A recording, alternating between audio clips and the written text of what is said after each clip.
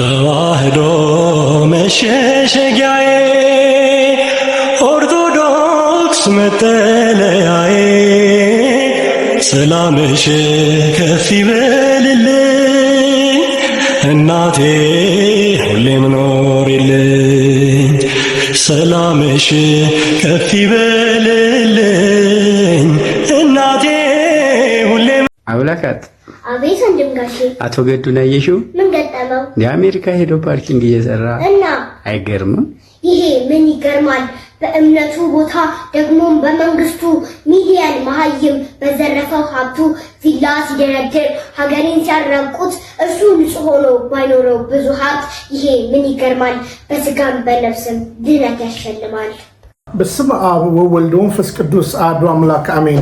ሰላም ተወዳጆች እንደምን አላችሁ? እኔ እግዚአብሔር ይመስገን በጣም ደህና ነኝ። ተወዳጆች እንግዲህ ዛሬም በወሳኝ ሀሳብ ዙሪያ መጥቻለሁ። አንዳንዶች ያው እንግዲህ እኛም ትላንትና እያነሳንላችሁ ያለነው ነገር አለ። ጠቅላይ ሚኒስትር አብይ ሰሞኑን ከሚዲያ ገጽታቸው ሰወር ብለዋል። አንዳንዶችም ታመው ወደ አቡዳቢ ሄደዋል። መሰል ነገሮች የተነሱ አለ። ይልቁኑ ደግሞ በምክክር ኮሚሽኑ የህፃናት ጭቃ ማብኪያው ምክክር ኮሚሽን ላይ ያለመገኘታቸው ነገር ብዙዎችን ትኩረት ሳቢነታቸው እንግዳ ጋባዥነታቸው ተጠብቆ አልተገኝ የሚል ነገሮች ተነስተዋል።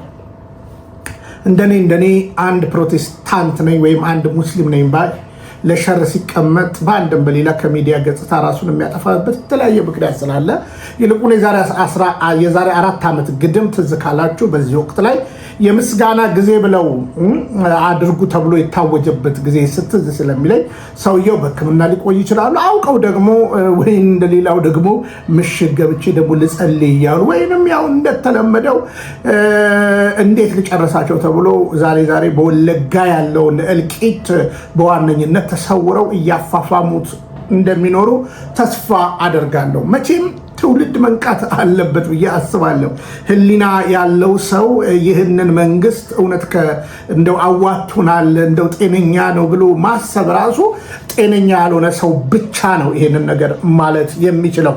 በአቋማቸው ያልጸኑ፣ በንግግራቸው ያልቆሙ፣ ቃላባይ ቀባጣሪ የሚባሉ አይነት ሰዎች ዛሬ በሚዲያዎቻችን በሀገራችን ላይ እንደ አሸን እየፈሉ አሉ። ለማስታወስ ያክል ከዚህ በፊት እንደምታውቁት አባዱላ ገመዳ አብሮ አለቃቸው ከነበረው ህወሓትን እንዲህ ብለው ሲያቆለባብጡ ነበር። ለኦህዴድና ለኦሮሞ ህዝብ የሚቀርበው ኦነግ ሳይሆን ቲፒኤልኤፍ። ለኦህዴድና ለኦሮሞ ህዝብ የሚቀርበው ኦነግ ሳይሆን ቲፒኤልኤፍ። እስኪ እንድገመው። ለኦህዴድና ለኦሮሞ ህዝብ የሚቀርበው ኦነግ ሳይሆን ቲፒኤልኤፍ። ለኦህዴድና ለኦሮሞ ህዝብ የሚቀርበው ኦነግ ሳይሆን ቲፒኤልኤፍ። እንግዲህ ይሄ ነበረ። እንግዲህ አባዱላ ይሄንን በቅርብ ጊዜ የተናገሩት ለኦህዴድ የሚቀርበው ከኦነግ ይልቅ ቲፒኤልኤፍ ነው የሚል ነገር ነው እየተናገሩ ያሉ። ጠቅላዩ ደግሞ ምን እንደሚሉ እናንተ ታውቃላችሁ። ዞሮ ምንድን ነው ኦልሬዲ ቲፒኤልኤፍ የወለደቻቸው ልጆች ስለሆኑ እኛ ዞሮ ሀገር ለምን ይታመሳል? ለምን ሰላም አይሆንም? ለምን አውቃችሁ ታባሉን አላችሁ የሚል ጽኑ ሀሳብ ይዘን ነው እየተናገረን ያለ ነው። እና አሁን ጠቅላይ ሚኒስትሩ እንዲሆነዋል ሰው እንደሚሆነው ይሆናሉ። ይልቁኑ ግን የኛ ዕለት ተዕለት እንቅልፍ የነሳንና የሚያሳስበን ነገር የሀገራችን ሰላምና የሀገራችን የኢኮኖሚው መሰል ነገሮች መረጋጋት ነው። ለድራማ ይቀልዱብናል። የሆነ ቀልድ ቁማር ያሳዩዋቸዋል። እና ጠቅላዩ ያልቀለዱብን ነገር የለም። በሃይማኖት ረገደችን ቅድስት ቤተክርስቲያንን ለማጥፋት እሁድ ስፖርት እንስራ፣ እሁድ ችግኝ እንትከል፣ እሁድ መንገድ ይዘጋ መሰል ነገሮች እንደምታውቁት የኦርቶዶክስ ተዋሕዶ ቤተክርስቲያን ቅዳሴ ከማለዳው 12 ሰዓት ይጀምራል። የፕሮቴስታንቱ 4 ሰዓት ነው። ሆን ተብሎ ግን መንገድ እንዲዘጋና ከጠዋቱ 12 ሰዓት እስከ 4 ሰዓት ኦርቶዶክሳዊ ወደ ቅዳሴ እንዳይሄድ የተደረጉ ብዙ ሸሮች አሉ። ለአያት አልፈልግም የሚል ንግግር። ጩኸታችሁ ሰለቸኝ። ምክንያቱም አላሁ አክበር የሚባለው ለደቂቃ ነው ወይም ለሆነ ሰከንድ ነው። እኛ ደግሞ ቅዳሴያችን እናስተላልፋለን እና ቅዳሴ ረበሸኝ የሚሉ ይህ የፕሮቴስታንቲዝም አጋንንታዊ ትምህርት እንደሆነ ደግሞ በመረጃና በማስረጃ ነው የምናገረው። ቅዳሴ ረበሸኝ የሚል አጋንንታዊ ትምህርት ማለት ነው። የቅዳሴ ኮንቴንትን አምላክን ማወደስ ኮንቴንት ሳይገባቸው ግን እኮ የማያውቋቸው ፈረንጆች ናቸው እርዳታ የሚሰጧቸው እና በአማርኛ በእንግሊዝኛ ሲያመሰግኑ አይረበሹም። ያን የሚያክል ሞንታርቦ ሲለቀቅባቸው አይረበሹም። ቅዳሴ ረበሸኝ ይላሉ። አያሌ ነገር ስለ ጠቅላዩና ስለ ወይዘሮ አዳነች ስለ ሽመልስ በአማራና ይልቁኑ በኦርቶዶክስ ላይ የተደረጉ የተናገሩ አያሌ ንግግሮችን ላነሳላችሁ ይችላሉ። ስለዚህ አሁንም ሀገራችን እየታመሰች ነው። ስለዚህ አሁንም ሀገራችን እንደፈለገ በቃ አሁን ሰሞኑንማ በወለጋ ጉዳይ የሚደረገው ነገር ለአእምሮ የሚሰቀጥጥ ነገር ነው እየሆነብን ያለው። እውነት የሀገር ፍቅር ያላቸውና የገባቸው ሰዎች በህልማቸው በውናቸውም በጭንቀት ውስጥ አሉ። አንዱም እኔ ነኝ። ተወዳጆች እሴታችንን እንስማትና ከዛ በኋላ ፕራክቲካሊ ዛሬ የተፈጠረውን ነገር ደግሞ ላሰማችሁ። ለሊት ተነስቼ ያለቀስኩ ነው። ትናንትና በቼንቶ ዘግተው ሃይዌይ ላይ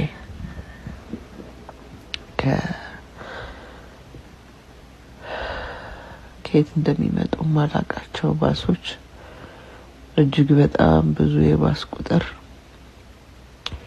እናታቸው በድህነት በልፋት በስቃይ ያሳደገቻቸው የሚመስሉ ህጻናት በቼንቶ መስኮት ላይ ፊታቸውን ብቅ አድርገው እናታቸውን የሚፈልጉ ይመስላሉ። የከተማው አዲስነት ግራ አጋብቷቸው በመስኮት ብቅ ብለው ውጭውን ለማየት ይሞክራሉ። ምን ነው ጥላቻችን በዛ። እነኚህ ህጻናት ተምጠው ተወልደው አንድ ምስኪን ደሃ እናት ለአድጎ ልጄ ለቁም ነገር ይደርስልኛል ያለች የገዛ ወንድሙን እንዲገል መሳሪያ ሲዘል እንሸኘው ነው። ምነው ኢትዮጵያዊነት በዚህ ደረጃ ተበዘዘ? ያማል፣ ማርያምን ያማል። በስቃይ ያደጉ እንደሆኑ የሚያስታውቁ ፊቶች በመስኮት ተንጠልጥለው ለሞት ሊማገዱ የከተማውን ብርሃን ለማየት ፊታቸውን ብቅ አድርገዋል። ምን ነው በዚህ ያህል የገዛ ወንድምን ለመግደል የሰው ልጅን ቀምቶ እንግዲህ እህታችን በእንዲህ ሁኔታ እንቅልፋታ፣ ብዙዎቻችን በእንዲህ ሁኔታ ውስጥ አለን በሲቃ አይታችኋል። እንግዲህ በየጦርነቱ የሚማገደው ወጣት ከ14 ዓመት እየበለጠ 14፣ 15፣ 16 ዓመት ታስረው ልደታቸውን ትግራይ ላይ የሚያከብሩ ትዝ ይላችኋል።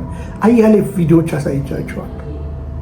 ታዲያ መች ነው ይበቃ የሚለው? ለዚህ እኮ ነው የምክክር ኮሚሽኑ ፌክ ነው የምላችሁ። ሰው ቢሆኑ ኖሮ በመጀመሪያ ደረጃ ጦርነት ነበር የሚያስቆሙት፣ መንግስት እንዲቀመጥ ነበር የሚያደርጉት። ይሄው ዛሬ ይሄው ልጆች እዝጋው ለምታውት እንግዲህ አፈሳ ነው ማለት ነው። በግዳይ ጦርነት ሊገቡ ነው ማለት ጦርነት ሊዋጉ ነው። እኔ ከማን ጋር እንደሚዋጉም ግራ ገብቶኛል። ይሄ ሁላ መኪና ማለት ነው። ኧረ ፈጣሪ እኔ ኢትዮጵያ በፍጹም አልቀመጥም።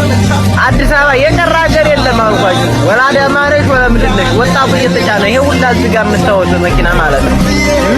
ኧረ ሲጀመር እዚህ ጋር አፈሳ ሰርች በሩ ላይ አፈሳ ብላችሁ ሰርች አድርጉ። የሚመጣላችሁ የአፈሳ ጉድ በቃ ሲጀመር ኢትዮጵያ ላይ አሁን ችግር ነው አሉ። በቃ ተታየ ፍስ ነው። 18 ስንት ዓመት ነው? 18 ዓመት ተሞላ። በቃ የለም ተልከሃል ማለት ነው ወደ ጦርነት። አንድ ወር ራሱ አትሰለጥንም አሉ። ወይ 15 ቀን ወይ 20 ቀን ወይ 10 ቀን ትሰለጥናለህ። ግዳይ ትጣልና ዘምታለህ፣ ወደፊት ግባ ትባላለህ። አንተ ካርታ ለራሱ አስተካክለህ እንዴት መቀየር እንዳለብህ አታውቅም። እዛ ወስዶ ይደፋሃል ማለት ነው። ኧረ ወይኔ በላችሁ ወላሂ። ለእናቴ አንድ ነኝ፣ ለአባቴ ሁለት ነኝ፣ ለአያቴ 3 ነኝ፣ አያቴ ጋር ነኝ። የምትጠቀመው እዚህ አይሰራም። ገብተህ ትዋጋለህ። ብር ካለ ግን ትወጣለህ። ይሄን ልንገራችሁ። ወይ 200 ሺህ ወይ 300 ሺህ ብር ካለ ከጦርነቱ ትድናለህ ማለት ወደ አትዋጋም ገብተህ 300 ሺህ ወይ 200 ሺህ ብር ትከፍላለህ። አንተን አያዋጉህም፣ ሌላ ሰው ባንተ ይተካል። ብራዘር ብር ነው አሁን ላይ የሚሰራው። ብር ካላንተ ማለት የቀበራተኛ ነኝ አንድ እንጀራ በልቼ ነው ቆቤን ነው ማድረ የለም እዛ እየተዋጋህ ታድራለህ ነው ብለው ጥይት ነው ራስ ወላሂ ያስቀበ የፈጣሪ ክልበለ ቁጣሪ የፈጣሪ ቁጣሪ አረ አሁን እዚህ ሳውዲ ላይ መጥተህ የልጅ ቡክ ማለት ነው ቡቡ የምትል አርፈህ ተቀመጥ አንተ ወጣት እኔ ነግሬሃለሁ። ቡቡ እየበላ ቡቡ አትበል አገር እንዳይሸኝና ጦርነት እንዳይገባ። እንግዲህ ይሄ ሁሉ አውቶቡስ የሚሄደው ሌላ ከሀገር ውጭ የሆነ ጠላትን ሊዋጋ አይደለም፣ ወንድም በወንድሙ ላይ እንግዲህ ወንድም በወንድሙ ላይ አደጋ ሊጣጣሉ 1.7 ሚሊዮን የትግራይ ህዝብ ትምህርት አልሆነም። ለ3 ዓመት የፈጀው የአማራ ክልል ጦርነት ትምህርት አልሆነም። በቤንሻንጉል በወለጋ ይልቁኑ በአርሲ በአብይ ዘመን ያላየነው ምን አለ? ያላየነው ምን አለ? ያላየነው ምን አለ? እውነት እነዛ ያለቀሱ ያነቡ እናቶች እንደዛ ያከበሩ እምቡቃቅላ ህፃናት ደስታቸውን ወሰድክባቸው፣ ሰላማቸውን ነሳሃቸው። ግን ሰው የለም ባገሩ።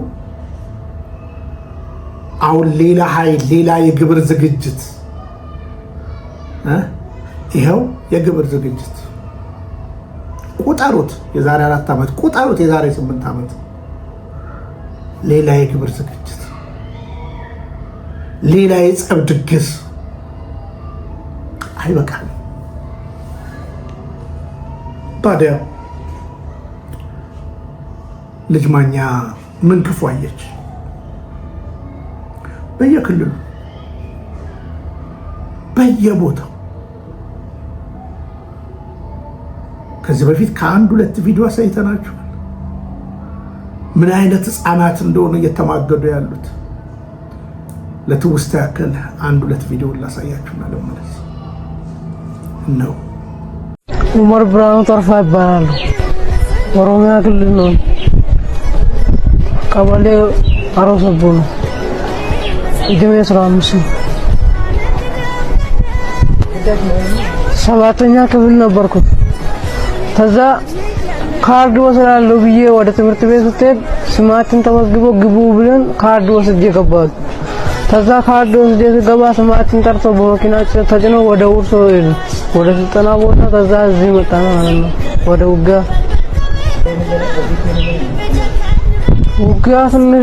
ስንገባ ጊዜ በጀመራ ሰማራ ላይ ጀመረ። ሰማራ ላይ በጥቅምት 1 ተጀመረ። ከዛ ውጊያ ላይ ሁሉ ሰው ሞቷል። እኛ ከዛ የሞተ ሰው የቆሰለ ሰው ማነሳ ሰው የለም፣ ልቆ ሄዳል። ወደ ኋላ የሚሸሽ ሰው አመራር ይረሸናል። ከዛኛ ስለ ውጊያ ስለማቅ ምንም ስለማቅ እኛ ወደ ፊት ለፊት አስገቡታል። ወደ ፊት ለፊት ስንሄድ ደግሞ እኛ አቅማችን አይችልም። ከዛ ሩጫ ማይችሉም። ስለዛ ወደ ኋላ እየፈገፈግን ከዛ ኮምቦልቻ ደረስ። ኮምቦልቻ ስንሄድ ከበባል። ከዛ እጅ ሰጥን። በቃ እዛ መጣን ማለት ነው።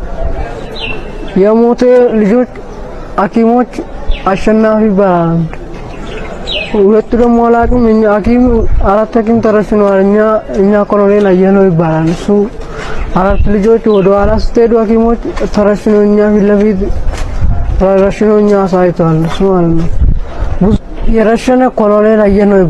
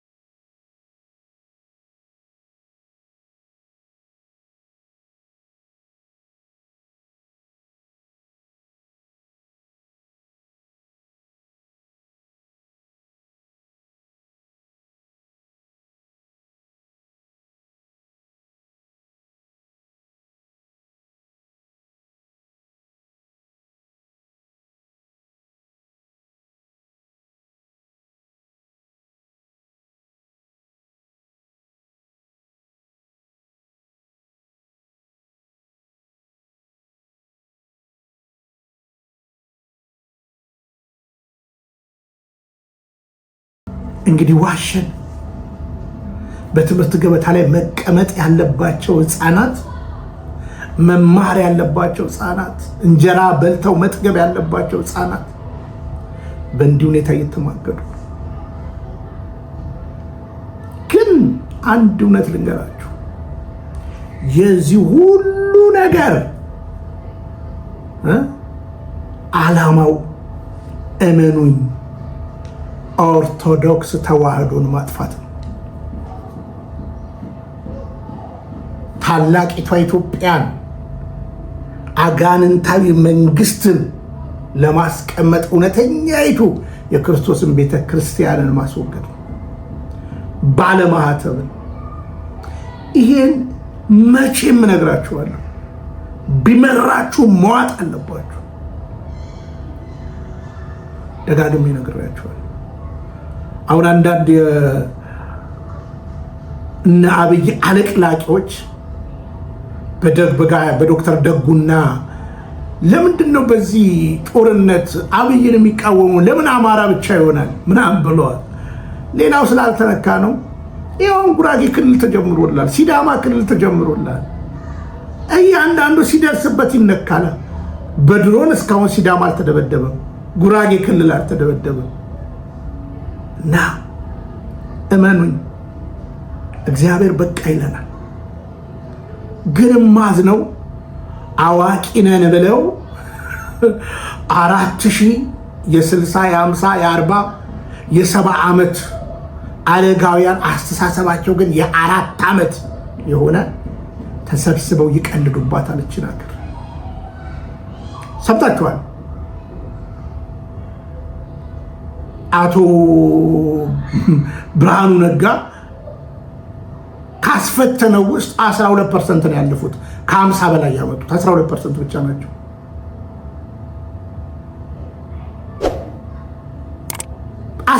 ብቻ ናቸው። ከዚህ በላይ ውርደት የለም። አያሌ ነገር በእውቀት ብትል በምን ብትል ይኸው ጥፋቱን ውሰዱ። ዳሩ እኛንን ቢሉም ባይሉም ታራሚዎቹ ናችሁ ተብሎ ነገር ይፈረድባቸዋል። በአሉም አላሉም ማለት ነው። አንዳንዶቹን አስገድደው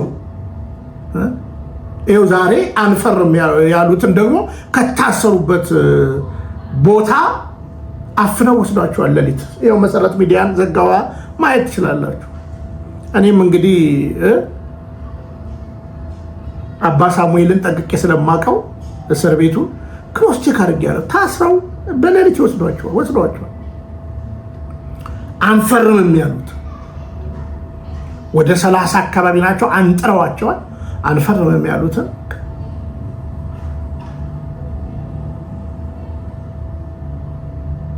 እውነት ለመናገር የፈረሙትስ ቢሆን አሁን እንዳላደረጉት ይታወቃል። ማን ይፈርድባቸዋል? አሁን ማን ክርስቲያን ታደለ ላይ የሚፈርደው?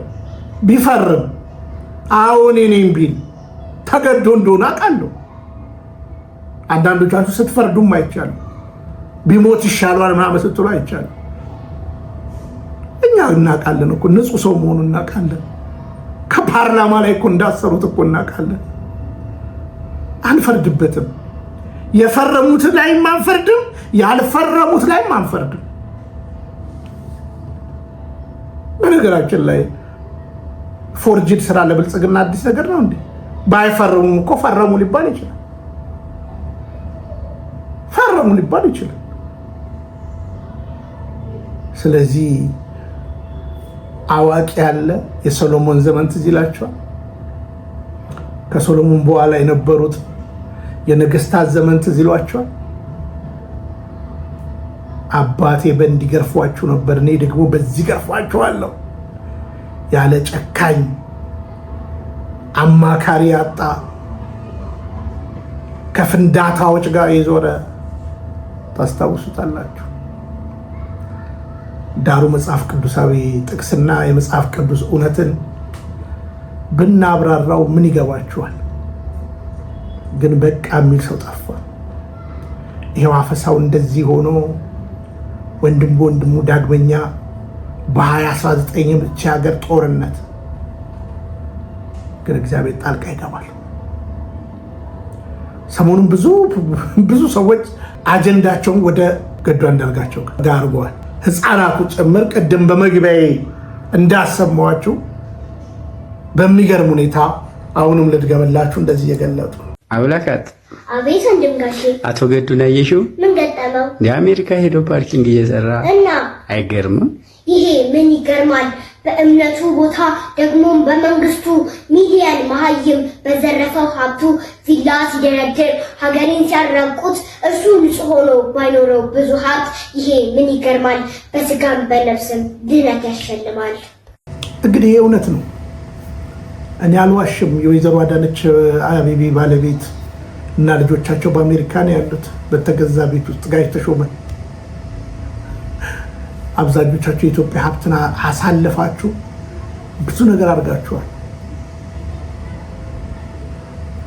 አሁን እዚህም ያዙ ይልቀቁኝ የሚሉት እና አቶ መስፍን ወይዘሮ ማነች የምትባለዋ የፖለቲካ ቁማርተኛ ናቸው።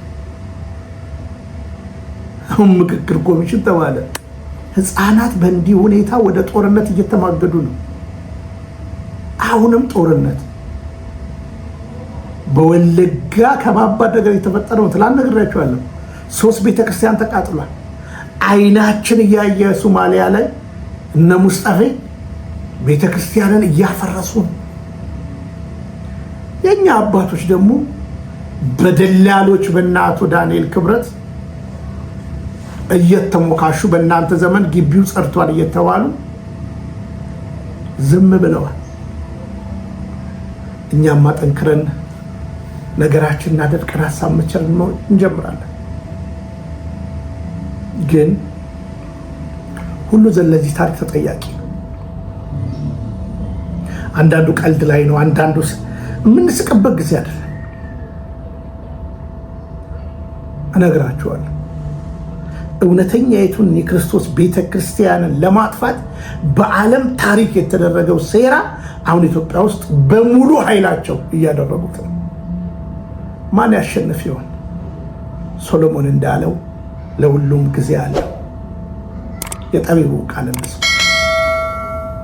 ተወዳጆች ሁላችን እንንቃ፣ በያለንበት ድምፅ እንሆን፣ እንጸልይ። የከፋና የከረፋ ነገር የምንሰማበት ነው። የጴንጤ ሰባኪያኖች ያታልሉናል፣ ሌሎችም መሰሎች ይቆምሩብናል። በቃ የሚል ተናጋሪ እንደ እውነተኛዎቹ ነቢያቶች እግዚአብሔር ወደፊት ያምጣለን። ሰላም፣ እግዚአብሔር ከሁላችን ጋር ይሁን። ሰላም። ተዋህዶ መሸሸጊያዬ፣ ኦርቶዶክስ መጠለያዬ፣ ሰላምሽ ከፍ ይበልልኝ እናቴ ሁሌም ኖሪልኝ። ሰላምሽ ከፍ ይበልልኝ